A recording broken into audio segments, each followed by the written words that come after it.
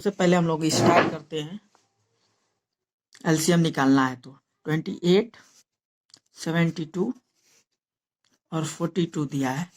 इसका एलसीएम और एचसीएफ हम बारी बारी देखेंगे।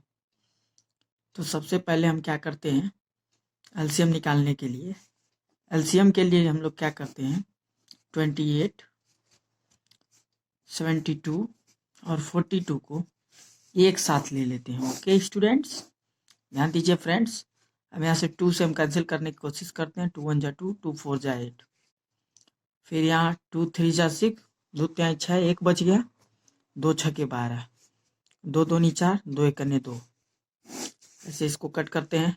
फिर यहाँ से 2 7 14, 2 1 कन्ने 2, 2 8 16, 1 यहाँ से बचेगा तो फिर 2 से जाएगा नहीं, 21 छोड़ देंगे।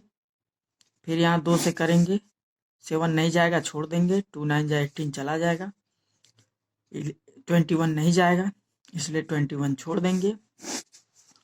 अब इसके आगे देखिए स्टूडेंट, यहाँ हम 3 से करेंगे। सबसे पहले छोटी संख्या 2 से किए, 2 से नहीं गया तब 3 से कर रहे हैं। 3 से नहीं जाएगा तब 4 से चेक करेंगे, फिर 5 से चेक करेंगे, ऐसे करते जाएंगे। ओके स्टूडेंट्स, अब ध्यान दीजिए। 3 3 जा 9, 3 3 की 9 चला गया, 3 7 21 चला गया। अब ध्यान दीजिएगा, यहाँ हम फिर से 3 से करेंगे, 7 हो गया, नहीं जाएगा, 3 1 कन्ने 3 चला गया, ये 7 हो गया। अब यहाँ 7 से करेंगे, 7 कन्ने 7, 1 1।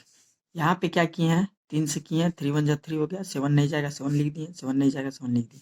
फिर यहाँ 7 से किए हैं, 7 1 जा 7, 1 था 1 लिख दिए, 7 1 जा 7, 7 कन्ने 7। अब देखिए ये हमारा एलसीएम है। यहाँ से निकलता है 2 दूनी 4, 4 दूनी 8, 8 3 24, 24 यहाँ 72 और 72 में 7 का गुणा कर लेते हैं।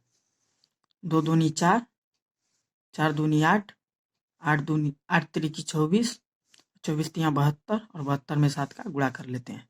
72 इंटू 7 कर देंगे तो हमारा एलसीएम निकल जाएगा। 7 दूनी 14 को 4 हासिल 1, 7 7 49 और 1 50, 7 7 49 को 4, 7 दूनी 14 का 4 हासिल 1 और 7 7 49 और 1 50 हो गया, यानी 504 एलसीएम बराबर आ गया 504। इस तरह से आप आसानी से एलसीएम निकाल सकते हैं। और बात कर लेते हैं एचसीएफ की। तो एचसीएफ देख लेते हैं स्टूडेंट। एचसीएफ कैसे निकालेंगे इसी संख्याओं को लेकर के, ध्यान दीजिए। 28, 72 और 42 है। अलग अलग फैक्टर करेंगे, अभाज्य गुणनखंड से या वृक्ष विधि से, जो भी आपको मेथड आता है उससे करेंगे। तो अगर आप वृक्ष विधि से करना नहीं जानते हैं तो हमारा पिछली वीडियो को आप देख लीजिएगा, how two factor of A number. तो यहाँ हम आपको अलग अलग करना सिखाएंगे। 28, ध्यान दीजिए, 28 इसको अलग करेंगे, 2 1 जा 2, 2 4 जा 8, 2 1 2, 2 4 8, 2 7 14 और फिर यहाँ 7 से कर देंगे, 7 1 7 हो जाएगा। अब ध्यान दीजिए, 72 का अलग करेंगे, 2 3 6, 2 6 के 12, 36 दूना 72 हो गया, 2 18 हो जाएगा, 2 9 हो जाएगा, 3 से करेंगे 3 3 की 9 हो जाएगा और फिर 3 से करेंगे 3 1 जा 3, यानी 3 1 3 हो जाएगा। ठीक है, अब यहाँ 42 का कर लेते हैं। 42 का कर लेते हैं, देखिए 2 से करेंगे 2 दूनी 4, 2 1 2, फिर 3 से करेंगे 3 7 21, फिर ध्यान दीजिए 7 से करेंगे 7 1 7। अब सबको बराबर करके लिख लेते हैं। ध्यान दीजिए, अब सबको बराबर करके लिख लेते हैं। अब देखिए कैसे बराबर करते हैं। अभी हमें कुछ करना नहीं है, बस इसी को गुणे के फॉर्म में लिख लेना है। 28 है तो 28 को हम लोग गुणे के फॉर्म में लिख लेंगे। 28 is equal to 2 into 2 into 7। उसी तरह से 72 is equal to 2 into 2 into 2 into 3 into 3 लिख लेंगे। और 42 इज इक्वल टू लिख लेंगे 2 इंटू 3 इंटू 7 लिख लेंगे। बहुत आसान तरीका है, यहाँ पे मैं लिख के आपको दिखा देता हूँ कैसे करना है। देखिए फ्रेंड्स, देखिए यहाँ मैं लिख के आपको दिखा देता हूँ। देखिए 28 को हम लोग आसानी से लिख सकते हैं 2 into 2 into 7 72 is equal to लिख सकते हैं 2 गुणे 2 गुणे 2 गुणे 3 गुणे 3 और फिर 42 को लिख सकते हैं 2 गुणे 3 गुणे 7। ऐसे हो जाएगा। अब देखिए इसमें से हम लोग कॉमन चूज करेंगे, क्योंकि HCF का मतलब होता है हाईएस्ट कॉमन फैक्टर, जिसको हम लोग कहते हैं मौसा। ठीक, अब देखिए कॉमन हम लोग निकाल लेंगे। यहाँ से देखिए 2 2 2 2 2 जो संख्या तीनों में है, 28 में भी है, 72 में भी है, 42 में भी है। 2 है, ये वाला 2 तीनों में है। 3 है क्या, 3 इसमें है, इसमें है लेकिन इसमें नहीं है, तो 3 कॉमन नहीं लेंगे। 7 इसमें है, इसमें है लेकिन बीच वाले में नहीं है, 7 को भी नहीं लेंगे। अब हमें कोई भी संख्या कॉमन नहीं दिख रहा है। 2 इसमें एक और 2 नहीं हो रहे, नहीं तो कॉमन हो जाता, तो केवल एक ही 2 कॉमन हो रहा है। तो यहाँ हमारा HCF कितना आ जाता है 2। समझ में आया, HCF इज इक्वल टू 2 आ गया आंसर। अब हम बात कर लेते हैं कि अगर हमें कोई भी नंबर कॉमन नहीं मिलता है तब मौसा कैसे बताएंगे।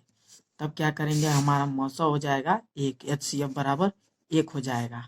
कब, जब हमें कोई कॉमन नहीं मिलेगा। तो जब हमें कोई भी नंबर कॉमन नहीं मिलेगा तब हमारा HCF क्या हो जाएगा 1। बराबर क्या होता है, लसा गुणे मौसा।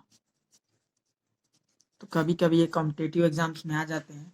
दो संख्याओं का गुणनफल यदि मान लीजिए 144 है और उसका मौसा मान लीजिए 8 है, तो लसा बताना है। तो हम यहाँ लसा लिख लेते हैं और गुणा कर देते हैं। ठीक, हमको लसा ज्ञात करना है। 8 यहाँ गुणे में है, अब ये साइड चेंज होगा, इसका पक्षांतर होगा तो ये भाग में चला जाएगा। तो हम लोग लिखेंगे लसा बराबर 144 बटे में 8। 144 बटे में 8 लिखने का मतलब 144 में 8 से भाग, तो कर लीजिए साइड में 44 में 8 से भाग कर लीजिए। 8 करने 8 बच गया 6, 4 उतार लिए यहाँ और 8 ढाई 64 हो गया। तो यहाँ से हमको मिल जाता है 18। भागफल क्वांटिएंट आ गया 18, तो लसा बराबर हो गया 18। इस प्रकार से हम लोग इस फॉर्मूले की मदद से लसा मौसा या पहली संख्या या दूसरी संख्या निकाल सकते हैं। वो भी फार्मूला समझ लीजिए।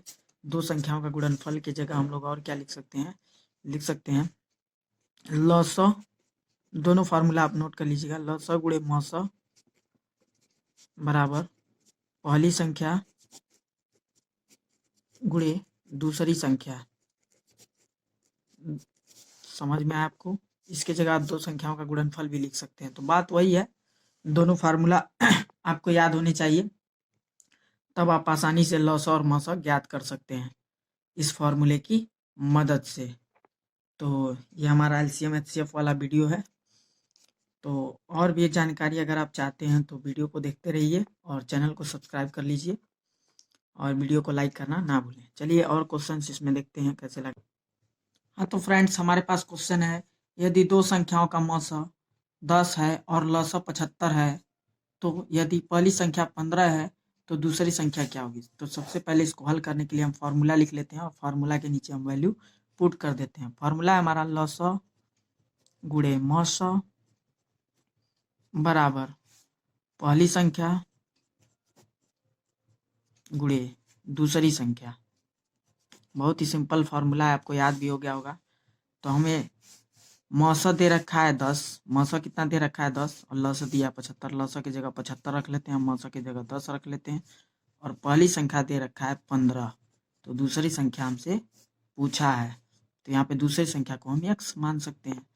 ठीक, अब यहाँ से ये 15 जो है गुणे में है, ये वैल्यू गुणे में है, तो इसका पक्षांतर होगा तो ये भाग में चला जाएगा। ठीक है, इसके लिए आपको थोड़ी सी थ्योरी समझनी पड़ेगी।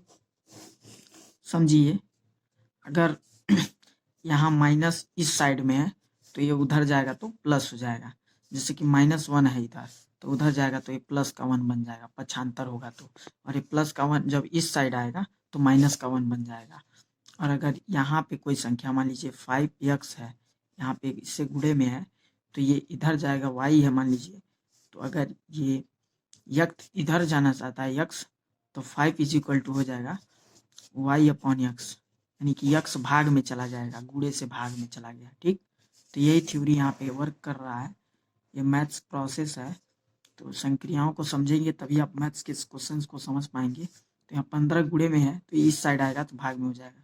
तो यहाँ से हम लोग का यक्स का जो मान है, यक्स बराबर, हम इधर भी लिख सकते हैं उधर भी लिख सकते हैं, यक्स बराबर 75 गुणे 10, इस साइड में 15 से भाग चला जाएगा और 15 पचे 75। शॉर्ट ट्रिक देखिए, एक ही बार में कट कर दिए और 5 दहा में 50, यक्स का मान कितना आ गया 50, 5 दहा में 50। तो यहाँ से हमारा दूसरी संख्या क्या मिल गया 50, यक्स दूसरी संख्या ही तो माने हैं, ये क्या आ गया 50। प्रश्न को आप ध्यान से देखिए और समझिए। आशा करते हैं आप समझ गए होंगे।